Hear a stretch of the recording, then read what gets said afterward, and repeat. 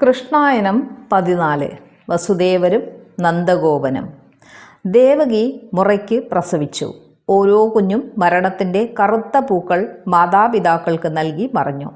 അവരുടെ ഓർമ്മകൾ ദേവകിയിൽ കടുത്ത നിശ്ചലത സൃഷ്ടിച്ചു.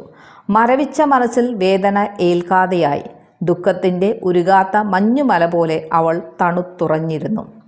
ഇപ്പോൾ വസുദേവർ അവളെ ആശ്വസിപ്പിക്കാറില്ല. ഗർഗാചാര്യൻ ഉപചാരമോതാറില്ല. അക്രൂരൻ സന്തോഷത്തിൻ്റെ പദങ്ങൾ ഉച്ചരിക്കാറുമില്ല.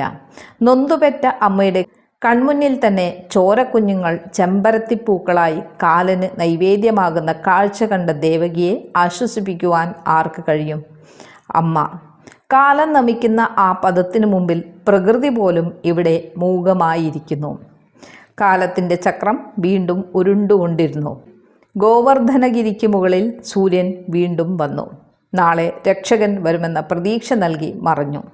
അനീതികളുടെ കറുപ്പുമാറ്റി രക്ഷകനെത്തുന്ന സുദിനം മുന്നിൽ കണ്ട് ജനങ്ങൾ മനസ്സിൽ ആശ്വാസത്തിൻ്റെ തണുപ്പേന്തി.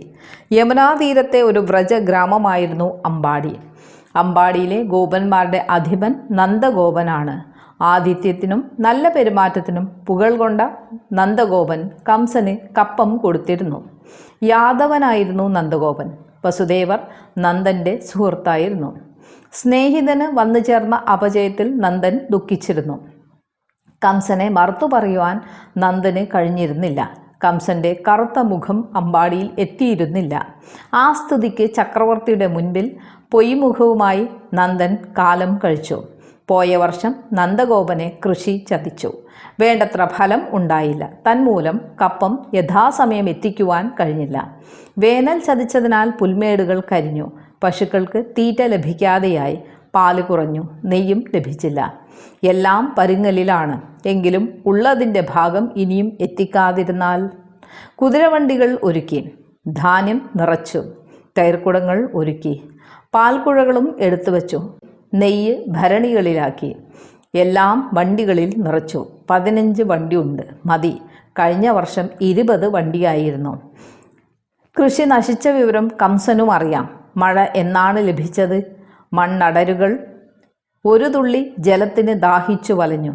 വേഴാമ്പലുകളെപ്പോലെ അഴലേന്തി എത്ര നാൾ വസിച്ചു? എത്ര യാഗം നടത്തി, തപസ്സിരുന്നു. അവസാനം മഴ ലഭിച്ചപ്പോഴേക്കും എല്ലാം നശിച്ചിരുന്നു. വിവരം വിശദമായി ചക്രവർത്തിയെ ധരിപ്പിക്കാം. നന്ദഗോപൻ കുതിരകളെ തെളിച്ചു. മധുരയിലെത്തി. കംസന് കപ്പം കാഴ്ചവെച്ചു. തൊഴുതു പറഞ്ഞു, പ്രഭു ക്ഷമിക്കണം. വേനൽ ചതിച്ചു. കൃഷിപ്പിഴ വന്നു. ധാന്യം കുറഞ്ഞുപോയി. ക്ഷമിക്കണം. ഇത് കേട്ട് കംസൻ പറഞ്ഞു, നിങ്ങൾ താമസിച്ചതിൽ ഞാൻ സംശയിച്ചു. പട നയിക്കണമെന്ന് ഊഹിച്ചു. നിങ്ങൾ ബന്ധുവല്ലാതാവുകയില്ലെന്ന് വിശ്വസിച്ചു. ക്ഷമിച്ചു. കൃഷി നശിച്ചു കാണും. വേനൽ കടുത്തതായിരുന്നു. നിങ്ങളുടെ സത്യസന്ധതയിൽ ഞാൻ സന്തോഷിക്കുന്നു.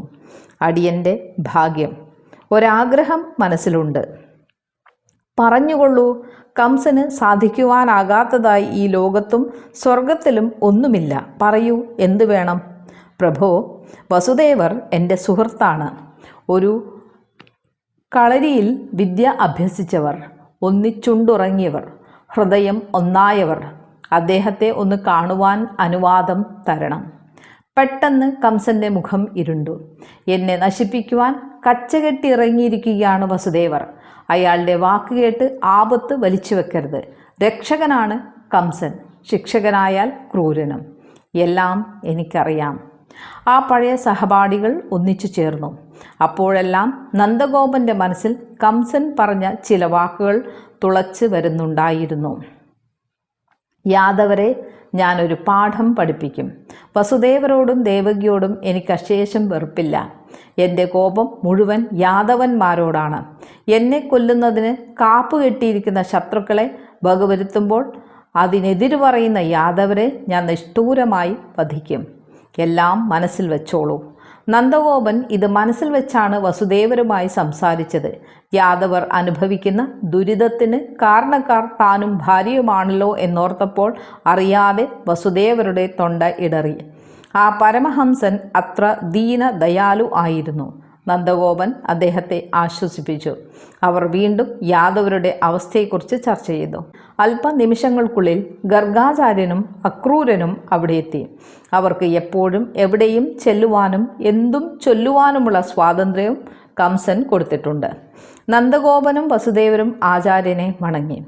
അക്രൂരന് സ്വാഗതോക്തികൾ നൽകി. വസുദേവർ അല്പം സംശയത്തോടെ ചോദിച്ചു, മഹാമുനെ, നാം പ്രതീക്ഷിക്കുന്ന രക്ഷകൻ യാദവ കുലത്തിൽ തന്നെയായിരിക്കുമോ പിറക്കുക? മുനി ചിരിച്ചുകൊണ്ട് പറഞ്ഞു, സംശയമെന്ത്? ഇവിടെ ഗോകുലത്തിൽ തന്നെ രക്ഷകൻ പിറക്കും. വിശ്വസിക്കുക, അവനാണ് ധർമ്മത്തിൻ്റെ വഴിയിലെ മുൻയാത്രക്കാരൻ. വസുദേവർക്ക് ഹൃദ്യമായി ആ വാക്കുകൾ. അനുഭവിച്ചു തീർക്കുന്ന വേദനയ്ക്ക് കവിഞ്ഞ ഫലമുണ്ടാവുക. ആശ്വാസം കൊള്ളാൻ ഒരു മനുഷ്യന് അതിൽ പരം എന്തു വേണം? അവർ നാൽവരും യാദവരുടെ അവസ്ഥയെക്കുറിച്ച് ചർച്ച ചെയ്തു. വസുദേവരുടെ ആദ്യ ഭാര്യയാണല്ലോ രോഹിണി. വസുദേവർ രോഹിണിയോട് പറഞ്ഞു, നന്ദഗോപൻ എൻ്റെ പ്രിയ സുഹൃത്താണ്. നീയും കൂടെ ഇവിടെ വസിക്കുന്നത് ഇപ്പോഴത്തെ അവസ്ഥയിൽ പൊരുത്തമാവുകയില്ല. മാത്രമല്ല കംസന് സംശയമേറുകയും ചെയ്യും. അതുകൊണ്ട് നന്ദഗോപനോടൊപ്പം പോകുക. ഒരു സഹോദരിയെപ്പോലെ അദ്ദേഹം നിന്നെ കാത്തുകൊള്ളും. രോഹിണി ആദ്യം വിസമ്മതിച്ചെങ്കിലും പിന്നെ ഭർത്താവിൻ്റെ വാക്കുകളെ അനുസരിച്ചു.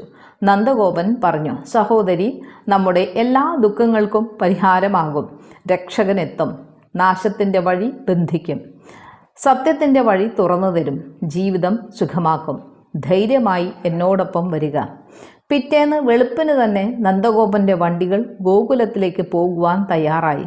നന്ദനോടൊത്ത് രോഹിണിയും ചാട്ടിൽ കയറി. ആയതമിഴികൾ നിറഞ്ഞ് തുളുമ്പിയിരുന്നു.